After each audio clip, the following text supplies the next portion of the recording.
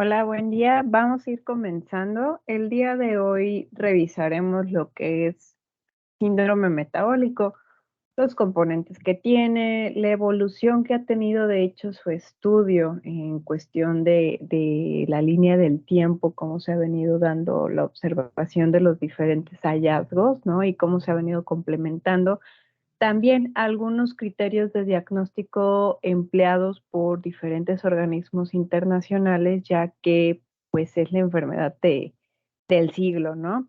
Adicional, también estaremos revisando el tema de arteriosclerosis, el mecanismo fisiopatológico que tiene, ya que finalmente todo este tipo de enfermedades están unidas, ¿no? De hecho, pues muchas veces cuando hablamos de síndrome metabólico, hablamos de enfermedades que van directamente relacionadas con la salud cardiovascular.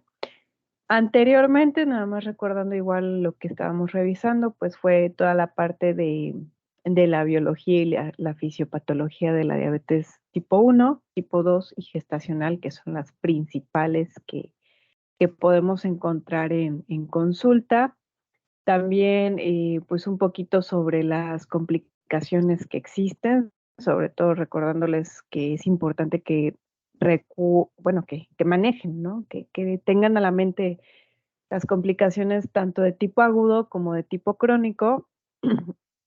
Y, pues un poquito, un breve vistazo en lo que es el tratamiento. Finalmente, en otra experiencia educacional ya tendrán un acercamiento más en esta parte del tratamiento, recordándoles también que la parte de la educación en diabetes es un pilar, ¿no?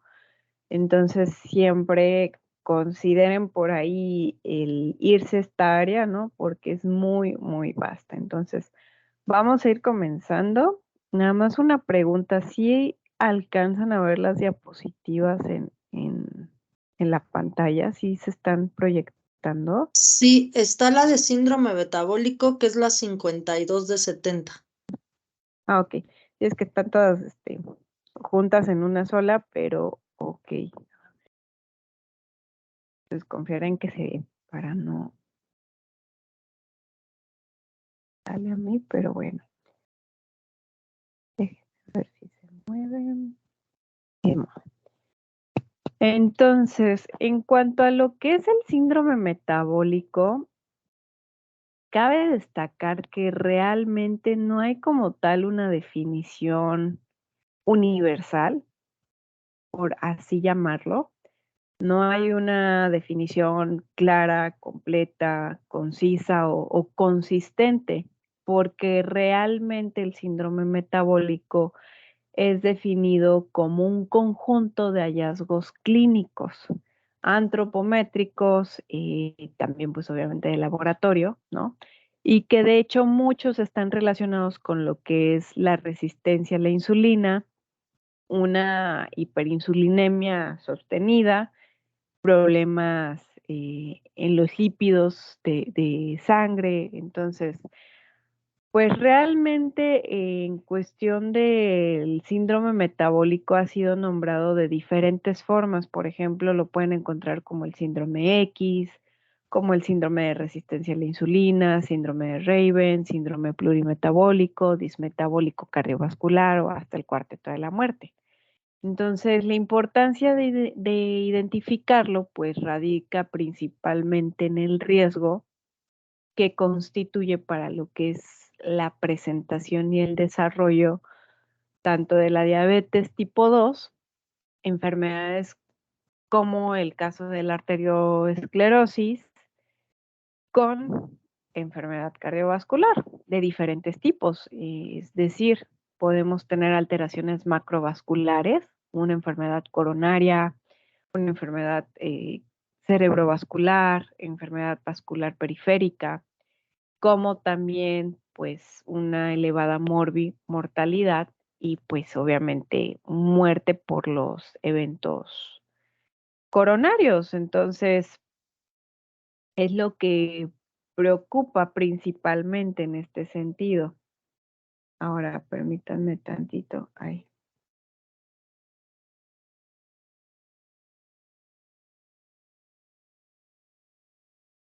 Ay, no les puse el link de la otra, qué bárbara. A ver.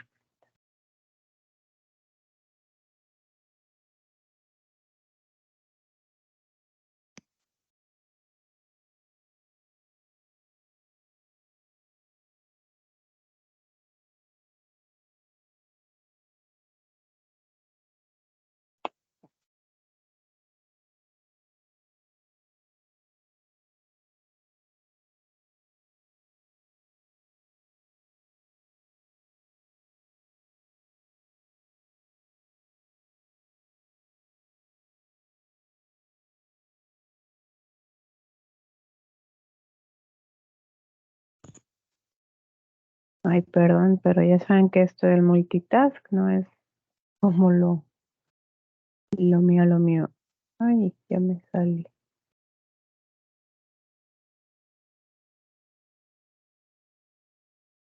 Ya,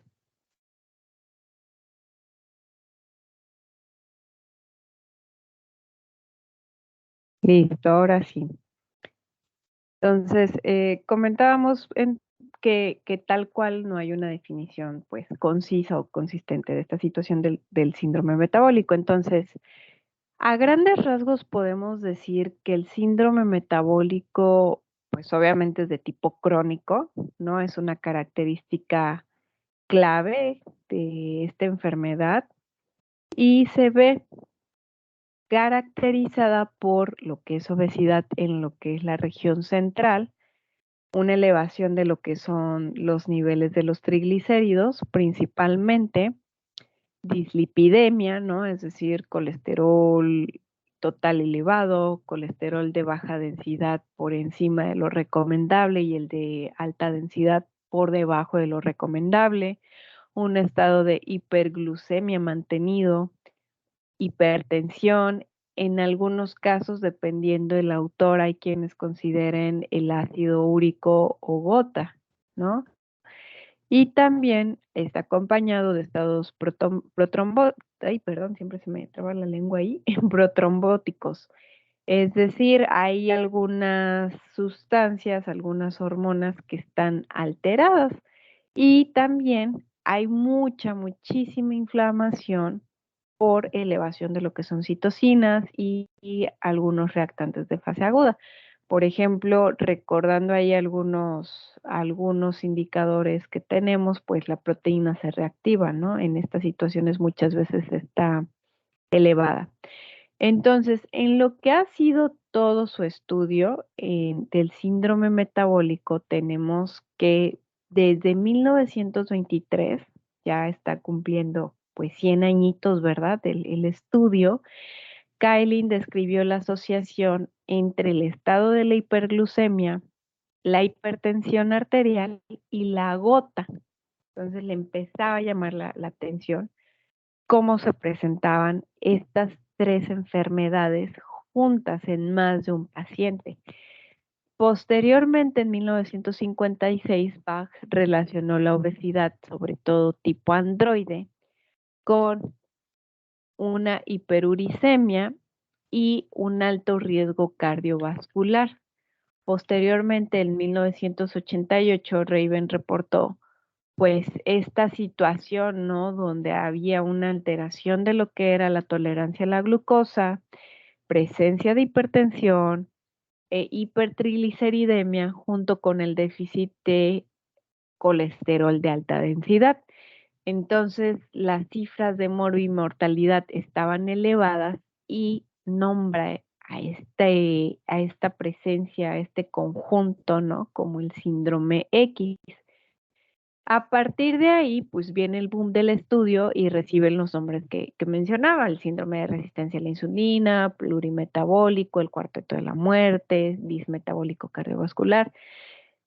Entonces, tan es así, en 1998, pues la OMS ya tal cual dice, lo vamos a llamar como un síndrome metabólico, porque finalmente hay toda una alteración a nivel metabólica, ¿no? En 1999, la definición del European Group for the Study of Insulin Resistance mantiene la resistencia a la insulina como un componente esencial, o sea, de que para que sea síndrome metabólico sí o sí tiene que estar alterado metabolismo de los hidratos de carbono, con una resistencia a la insulina principalmente. Y en el 2009 el diagnóstico de síndrome metabólico se establecía con la presencia de 3 de 5 criterios o factores, incluida la glucemia obviamente elevada y la hipertrigliceridemia. Ahora, dentro de los diferentes factores etiológicos que tenemos en lo que es el desarrollo del síndrome metabólico, pues realmente existen 3 probabilidades. La primera es la obesidad y todos los trastornos del tejido adiposo. De hecho, por ahí recuerden que en el portal de Classroom existe una lectura, hay 2 artículos que son revisiones de todas las alteraciones de lo que hay de obesidad, ¿no? Entre ellos las hormonas, y que nos dejan bastante claro el por qué en la obesidad se presentan tantas alteraciones de salud. También otra posibilidad etiológica apuntada es la resistencia a la insulina, y que revisábamos un poquito, pues que el mecanismo fisiopatológico de la resistencia a la insulina no solo se traduce en eso, ¿no? Sino que en toda una disregulación de lo que es el metabolismo y la síntesis de otros componentes, tal es el caso de la proteína o del uso de los ácidos grasos, ¿no? Y otro agente etiológico, pues, es el conjunto de factores independientes, es decir, moléculas de origen hepático, también las de origen vascular o inmunológico, inclusive, que se relacionan entre sí con ciertos componentes específicos.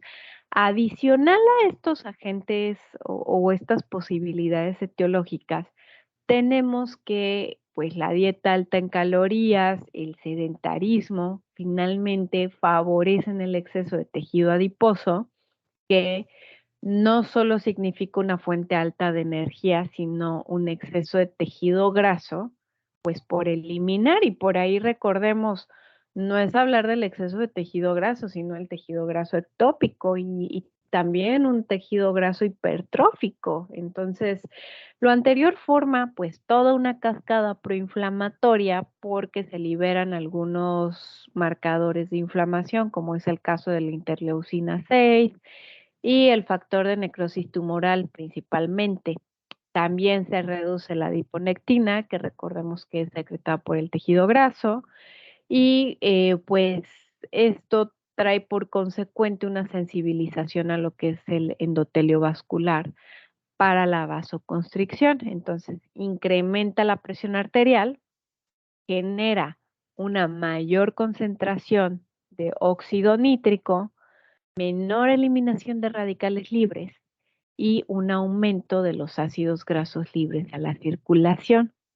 Entonces, de la mano a este fenómeno se produce lo que es la resistencia a la insulina, sobre todo, pues bueno, recordemos que los tejidos tienen una respuesta disminuida para poder disponer de la glucosa presente, y también de forma escalonada se da el síndrome metabólico en todos sus factores de riesgo: obesidad, resistencia a la insulina, hipertensión, etcétera, etcétera, etcétera.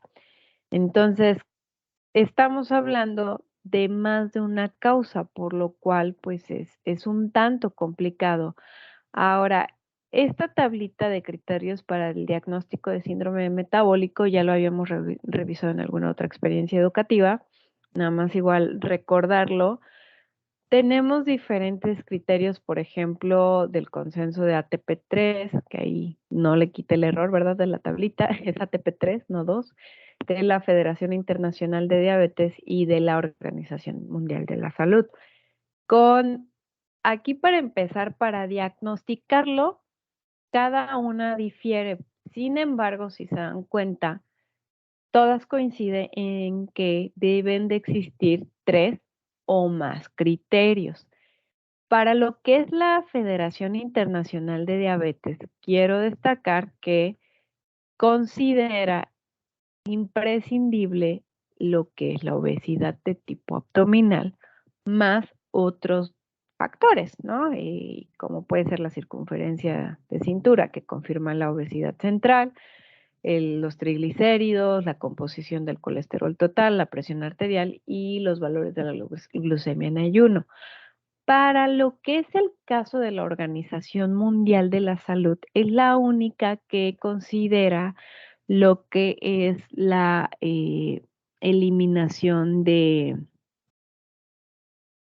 albúmina en sangre, donde la excreción urinaria de albúmina debe de ser superior a 20 microgramos sobre ay, y aquí déjenme confirmo si es esta cantidad, porque según yo, creo que sí, de hecho, o bien la relación con la que contenga con la albúmina. Ahora, adicional a esto, pues muchos coinciden en ciertas características, ¿no? Circunferencias grandes, ¿no? Sobre todo, pues el que es un poquito más sensible y más apegado con lo que pueden encontrarse en México son estos tamaños, ¿no? Desde este momento, porque nosotros de estatura pues somos más chiquitos, más bajitos que poblaciones estadounidenses, europeas, entonces esto se traduce en que no podemos evaluarlo con circunferencias más grandes, nos pondríamos en más riesgo. Para lo que es el caso de la glucemia en ayuno, lo que quiero que observen es que nada más, por ejemplo, en el caso de la Federación Internacional de la Diabetes, pues lo considera a partir de 100, ¿no? Igual o mayor a 100, mientras que el consenso de ATP3 y lo que es el consenso de la OMS, pues consideran a partir de 110. En cuanto a la presión arterial, pues bueno, la OMS es un poquito más flexible, lo considera a partir de igual o mayor a 140 sobre 90 milímetros de mercurio o bien que ya esté con un tratamiento. Entonces, aquí lo importante es que se observe a detalle al paciente, o sea, el total, la parte antropométrica, la parte bioquímica, la parte clínica y se pueda dar una actuación lo más pronto posible, pues en virtud de lo que nos preocupa más. ¿Qué nos preocupa más? Pues evitar hiperglucemia sostenida. ¿Qué nos preocupa también? Evitar cifras de presión arterial elevadas. Para el caso del colesterol y los triglicéridos también es importante tratarlos, sin embargo sabemos que el control y la regulación de estos no es de un momento a otro, sino que muchas veces las medidas tomadas se reflejan en un tiempo de 3 a 4 meses. Y para lo que es la circunferencia de cintura o la obesidad central, pues también sabemos que en este caso se traduce en, pues es un tiempo muy variable, ¿no? Tanto puede ser que en un mes, como puede ser que en 6 meses, o puede ser que ni siquiera encuentre una modificación en la antropometría, pero en los otros parámetros sí los esté teniendo. Entonces es actuar, ¿no? Más allá del decir, pues, ¿cómo lo voy a diagnosticar? Si sí o si no, pues es llegar a esta parte ahora. Lo grave del el síndrome metabólico, pues, es que tiene un daño por órganos. Sabemos que la insulina, por ejemplo, trae toda una cascada de señalización normalmente que controla el crecimiento celular, el metabolismo, la supervivencia a través de la activación de la proteína quinasa activada por mitógenos, recordemos la vía de MAP quinasa, y por la vía de fosfatidilinositol 3 sinasa o PI3K, que son las que mencionábamos, sobre todo vimos fosfatidilinositol 3 sinasa, que está asociado con el sustrato receptor de la insulina, la proteína quinasa B o AKT y otros factores de transcripción. No los mencionamos en su momento, pero está el factor de transcripción FOX01, Forehead Box 01. También, por ejemplo, pues lo que es la inactivación de AKT y que se active este factor de transcripción FOX1, pues a través de la supresión del sustrato receptor de insulina 1 y 2 en diferentes órganos genera pues una hiperinsulinemia, inflamación, pues hay hiperinsulinemia porque no se está teniendo la respuesta deseada, ¿no? Y sabemos que la insulina regula el metabolismo no solo de la glucosa, sino el metabolismo de grasa en tejidos periféricos. Entonces, también la resistencia a la insulina genera, pues, no solo la hiperglucemia, sino la dislipidemia. Y adicional, la dislipidemia es el resultado de la acumulación de los ácidos grasos que están libres, que salen muchas veces del hígado, que esto está asociado con lipogénesis. Entonces, esto se traduce en que habrá más producción y más secreción de triglicéridos. Y esta condición, junto con lo que es el incremento de la absorción hepática y eliminación del colesterol de alta densidad, pues genera lo que es la alteración en el perfil lipídico, ¿no? Lo que sabemos, sube colesterol total, baja colesterol HDL, aumentan triglicéridos y sube LDL. Entonces, en la situación cardiovascular, como mencionaba, hay una vasoconstricción principalmente. Nos preocupa y principalmente porque puede existir una alteración en lo que es el diámetro de la aurícula izquierda, principalmente, que esto es muy característico sobre todo de la hipertensión arterial. Ya lo veremos más a detalle en su momento. En la parte pulmonar, por ejemplo, pues vienen algunas complicaciones como lo que veíamos en obesidad. La apnea es algo muy característico, ¿no? O también podemos tener otras situaciones como es la disminución en la oxigenación, o bien por ahí otro tipo de alteraciones, como es el caso de, no sé, una prueba de espirometría con resultados deteriorados. En la parte endocrina, pues es lo que veíamos, muchas alteraciones, pero otras que no hemos mencionado y que van de la mano, pues la infertilidad, ¿no? También, pues no es como decir la infertilidad es secundaria al síndrome metabólico, sino más bien a veces es tan compleja la integración de esta parte endocrina que a veces es debatible qué ocurre primero, ¿no? Entonces, sabemos que se traduce en múltiples situaciones, como lo revisaremos en su momento cuando hablemos de síndrome de ovario poliquístico. Ahora, dentro de lo que es el tratamiento, pues les decía, en la parte nutricia ya lo veremos pues en otra experiencia educativa. Aquí la intención es abrir un poquito el panorama e incentivarlos a siempre trabajar de forma multidisciplinaria. ¿Por qué? Porque aquí estamos viendo una tabla que es de una revisión de el efecto del ejercicio, tanto ejercicio aeróbico como ejercicio de resistencia, y qué modificaciones existen sobre las adipoquinas. Recordemos que son secretadas por el tejido graso. Entonces, aquí podemos observar diferentes adipocinas, por ejemplo, la iricina, bisfatina, resistina, laquemarina. Lo que ocurre de forma habitual en el síndrome metabólico, por ejemplo, en el caso de la iricina, pues la modificación que tienes que disminuye, mientras que para el caso de la bisfatina, la resistina y la quemarina aumenta. Ahora, tenemos estas otras dos columnas, AT, que es el ejercicio, el entrenamiento, perdón, de aeróbico, y el entrenamiento de resistencia.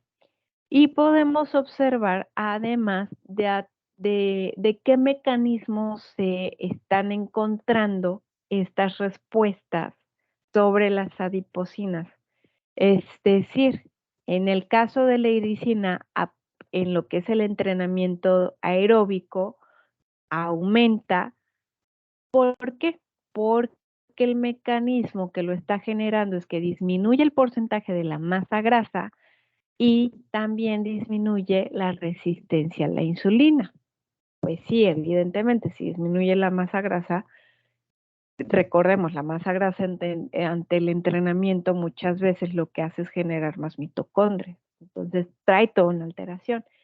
Igual, para el caso del entrenamiento de resistencia, el mecanismo es similar y el efecto es similar. Aumenta, ¿por qué? Porque mejora la composición corporal. Aquí al decir que mejora la composición corporal, no solo me quedo en decir que disminuye la masa grasa, sino que aumenta la masa muscular y con ello el efecto de la insulina también es mejor. Para el caso de lo que es bisfatina, observamos que disminuye tanto para el entrenamiento de resistencia como el aeróbico por cambios en lo que es la composición corporal, principalmente, pues bueno, disminución de masa grasa para lo que es el entrenamiento aeróbico. Para el caso de la resistina, igual disminuye, podemos observar que mejora la resistencia a la insulina, es decir, tenemos un mejor efecto de una mejor respuesta, ¿no? Ante los efectos de la insulina, además de que los marcadores de inflamación, es decir, interleucinas, el factor de necrosis tumoral alfa, disminuyen y las cifras de la hemoglobina glucosilada, que recordemos que reflejan el control glucémico en un tiempo de 3-4 meses, pues trae una alteración aquí, trae mejorías. Para el caso de lo que es el entrenamiento de resistencia disminuye y pues es principalmente por cambios, ¿no? En la composición corporal. Igual para el caso de la quemerina. Entonces pueden observar que todo va relacionado con el efecto de que la masa grasa está teniendo ahí, la están entrando a llevar en control.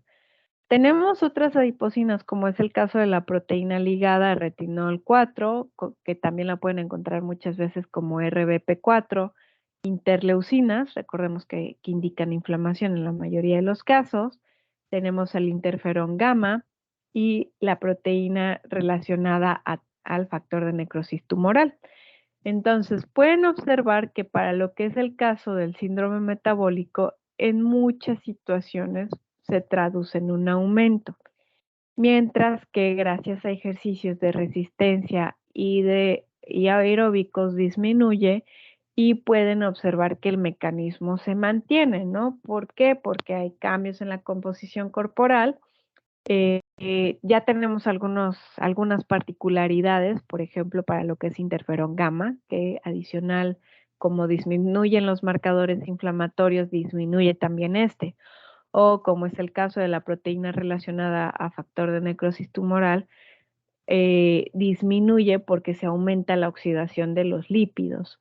Entonces aquí todo esto va encaminado a que sea uno u otro método que se use para activar al paciente físicamente, pues tendremos una respuesta de forma invariable. Ahora, nunca les va a faltar en la consulta el paciente que les dirá que pues no le agrada el gimnasio, no le gusta la actividad física o le gustan actividades más tranquilas. Aquí está esta revisión, bueno, no me acuerdo si es revisión o metaanálisis, pero habla sobre los efectos del yoga en el síndrome metabólico. Y pues de hecho yoga es reconocido por el Instituto Nacional de Salud del país donde se efectuó, que si no mal recuerdo es India, como un complemento en la medicina, ya que integra elementos como lo que es la atención en la respiración, el mindful, el mantener la postura, ¿no? Muchas veces. Entonces, aquí en Occidente se complementa con lo que son las asanas, pues, es decir, todas las posturas, el pranayama, lo que es el control de la respiración, el yana, lo que es la meditación y la relajación. Por ahí, pues bueno, ya me acordé, este es un metaanálisis, evalúa, ¿no? Todos los resultados obtenidos y pues puedo mencionarles que, por ejemplo, de lo principal que mencionan los autores es que se comprueba que hay una disminución en lo que son los niveles de glucosa plasmática y también pues obviamente la hemoglobina glucosilada. Sin embargo, lo que es debatible que mencionan los autores es la duración del resultado. ¿Esto qué quiere decir?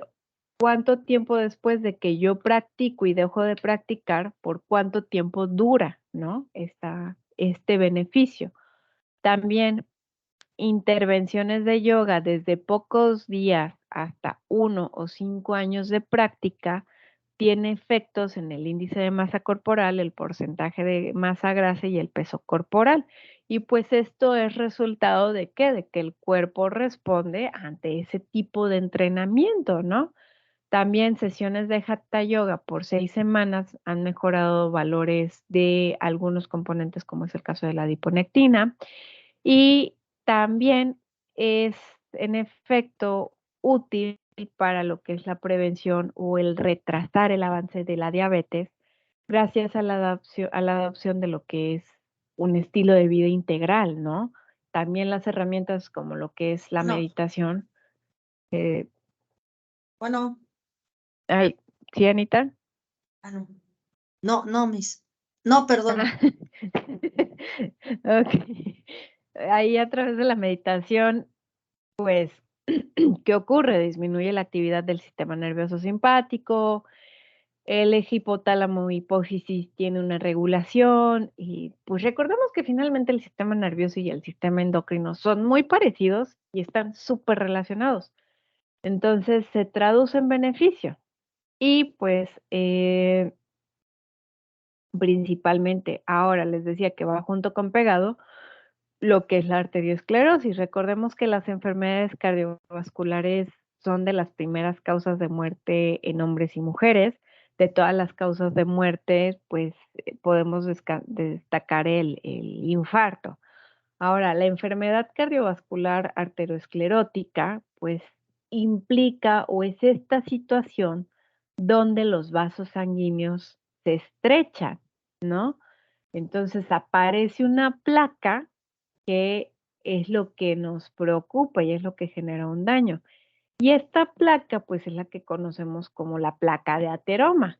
La placa de ateroma, la cualidad que posee es que se puede romper, entonces se forma un coágulo sanguíneo y este coágulo puede migrar a cualquier sitio, pero lo que hará será bloquear la arteria y pues viene el infarto. Entonces, principalmente, ¿no? Entonces, aquí el resultado, les digo, es el infarto, que también lo pueden encontrar como un ataque cardíaco o un ictus. Y pues hasta los 65 años, los hombres de raza negra tienen las mayores tasas de muerte por este tipo de eventos. De hecho, también en el tema de hipertensión es algo característico. La raza negra tiene mayor predisposición a lo que es la hipertensión, así como nosotros los latinos tenemos mayor predisposición a lo que es, bueno, un montón de cosas, a dislipidemias y a diabetes, ¿no? Entonces, vaya herencia que nos dejaron por ahí.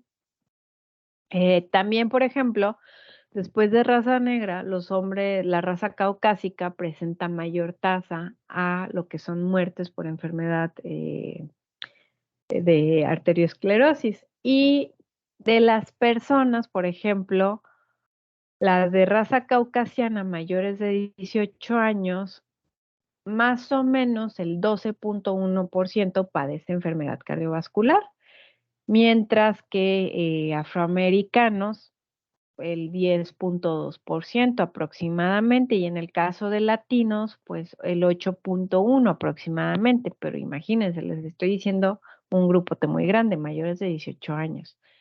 Ahora, en lo que es nada más como un pequeño recordatorio y recorrido para que nos quede como más clara esta situación de lo que ocurre, recordemos que los vasos sanguíneos tienen tres capas, principalmente la capa externa, que es un tejido conjuntivo, su función es que da una estructura a lo que son los vasos. Tenemos la capa media, que principalmente es músculo liso y que la cualidad que tiene es que se contrae y que se dilata para poder controlar tanto el flujo como la presión sanguínea. Y está la capa interna, que es una fina cobertura de células endoteliales y que normalmente es lisa y es muy reactiva cuando está sana. Cuando está alterada, todo lo contrario, no es reactiva y es rugosa, gruesa, perdón, no rugosa, gruesa y dura. Entonces, Les mencionaba que la capa interna, pues principalmente se compone de lo que son células endoteliales. Este endotelio funciona como una capita protectora entre los tejidos y la sangre circulante. Y esto también es importante porque facilita lo que es el paso de macromoléculas, ¿no? Entonces, perciben cambios en el flujo sanguíneo y responden con la liberación de sustancias bioactivas que mantienen pues todo el sistema homeostático vascular. Dentro de esas sustancias bioactivas podemos mencionar el óxido nítrico. El óxido nítrico, recuerden que es un gas soluble que se sintetiza a partir de la arginina en las células endoteliales y pues tiene muchísimas propiedades biológicas implicadas, ¿no? En lo que es la homeostasis vascular. Sin embargo, pues dentro de esto parece estar implicado en lo que es la protección frente a sustancias nocivas y tiene una participación en lo que es la vasodilatación. Entonces, cuando disminuye el óxido nítrico, podemos decir que es una de las causas de la disfunción de las células endoteliales. Entonces, se rompe el equilibrio vascular, ocasiona vasoconstricción, se activan las plaquetas, hay una adherencia de los leucocitos y adicional hay inflamación. Entonces, esto nos lleva a la situación de lo que es que la enfermedad cardiovascular se debe a la acumulación de las placas en las paredes de las arterias. Inicia con una lesión, ¿no? De las células endoteliales, hay inflamación. Entonces, al haber inflamación, implica que el sistema inmune va a estar actuando. Habrá fagocitos, habrá monocitos. Entonces, los monocitos pasan a ser macrófagos que ingieren el colesterol oxidado y va a sonar chistoso, pero es como si se envenenaran, ¿no? Se convierten en células espumosas y pues después en estrías grasas en los vasos, es decir, como que ahí queda el cadáver, ¿no? Ahí quedan esas lesiones. Entonces, aparecen microcalcificaciones intracelulares. El tema es que se forman depósitos dentro de las células del músculo lisovascular de la capa muscular circundante. Entonces, entre los depósitos de grasa y el recubrimiento interno arterial, se forma una capita protectora de fibrina, que esa tal cual es la que recibe el nombre del ateroma. Y los ateromas producen enzimas que provocan que la arteria esté dilatada con el paso del tiempo. Y entonces, a través de esta dilatación, lo que ocurre es que se compensa, por así decirlo, el estrechamiento que causa esa placa, ¿no? Es como decir, bueno, si te vas a quedar aquí, pues yo me voy a dilatar para que no se afecte el paso, ¿no? Entonces, es decir, me voy a remodelar, se remodela la forma y el tamaño del vaso sanguíneo. Pero el problema es que este remodelado puede dar lugar a los aneurismas. Además de que los ateromas, como les había mencionado, se pueden desgarrar, se pueden desprender, forman un trombo, pues atraen más plaquetas sanguíneas y activan el sistema de coagulación del organismo. Entonces, esto se traduce en bloqueo y restricción al flujo sanguíneo y pues solo las placas de alto riesgo o vulnerables forman los trombos, ¿verdad? No trompos. Ahora, aquí probablemente se pueden preguntar cuáles son las placas vulnerables, pues son aquellas lesiones que tienen una delgada cubierta fibrosa, poquitas células del músculo liso, muchos macrófagos por la inflamación y adicional un gran núcleo lipídico. Entonces, pues si lo integramos, ¿no? En el contexto que estamos viviendo de nuestra población, tan solo imagínense la gravedad, ¿no? Una alimentación inadecuada, con muchos alimentos procesados, sedentarismo, poca calidad de sueño, exposición a un montón de factores que son disruptores endocrinos, que son factores promotores de inflamación. Entonces, se van dando idea, ¿no? Por dónde va el asunto y por qué hay tantos problemas de infartos hoy por hoy. Y que también, o sea, pueden ver que hasta cierto punto no hay problema. Podemos decir, ok, se puede dar marcha atrás. Igual se los había mencionado en la diabetes, hasta cierto punto los daños pueden ser reversibles.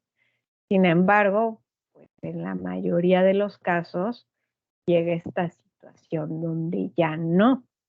Y pues va de la mano con el comentario que en algunas ocasiones les he hecho, que la nutrición a veces está infravalorada porque la nutrición lo que hace es actuar en un nivel de prevención de todas estas situaciones, ¿no?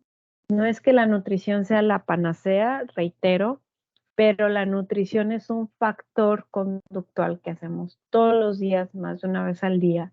Entonces, pues traducido en años, ya se imaginan el efecto del que estamos hablando principalmente. Entonces, el pronóstico clínico de la función arterial alterada secundaria a la arteriosclerosis depende de dónde se localiza la alteración. Por ejemplo, en las arterias coronarias, la arteriosclerosis puede causar angina de pecho, que muchas veces es detectable porque hay mucho dolor torácico, hay infarto al miocardio o puede haber muerte súbita, mientras que en las arterias cerebrales causa infarto principalmente. En lo que es la circulación periférica, provoca claudicación intermitente, isquemia de las extremidades, es decir, no hay un aporte sanguíneo adecuado, entonces no llega el flujo como debería y se puede llegar a producir, de hecho, gangrena. Dependiendo cuál sea la situación, pues hablaremos, ¿no? Cuál es el pronóstico, pero si se dan cuenta, ninguna situación es como un pronóstico favorecedor. Entonces, chicas, hasta aquí vamos a dejar el día de hoy la presentación, principalmente porque el tema de dislipidemia lo veremos como más detallado adelante. Aquí está como muy en resumido. De actividad no nos llevamos tarea hasta que finalicen lo del análisis de los artículos. Recuerden que la fecha límite es el día de mañana. Sin embargo, ahorita me estoy encontrando con la sorpresa de que varios de ustedes están en un pequeño apuro laboral, ¿no? Entonces, algunos de ustedes ya me han comentado que entregarían un poquito posterior, no pasa nada. Por eso es como esta prórroga y decir, bueno, mándenlo en cuanto puedan. Total que el siguiente fin de semana no nos vamos a ver en vivo. Ya estaré dando indicaciones de la próxima tarea, ¿no? Principalmente. Entonces, por hoy sería todo. No se llevan actividad. Por favor, mándenlo del análisis. Es muy importante que lo manden porque es el equivalente al examen principalmente. Y pues nada más, chicas, ya está el material cargado. Reitero, la clase del siguiente fin de semana estará con seguridad el día y la hora que nos toca. Sin embargo, si me es posible cargarlo antes para que lo puedan visualizar antes y en este espacio aprovechen a hacer otras actividades, pues no hay mayor problema. Pero estar cumpliendo en tiempo y forma lo que llegamos a mencionar que hay de tarea. Entonces, chicas, les mando un abrazo, cuídense muchísimo, nos vemos hasta dentro de 2 semanitas, ¿de acuerdo? Que estén muy Gracias, bien. Miss. Hasta luego. Hasta luego. Gracias.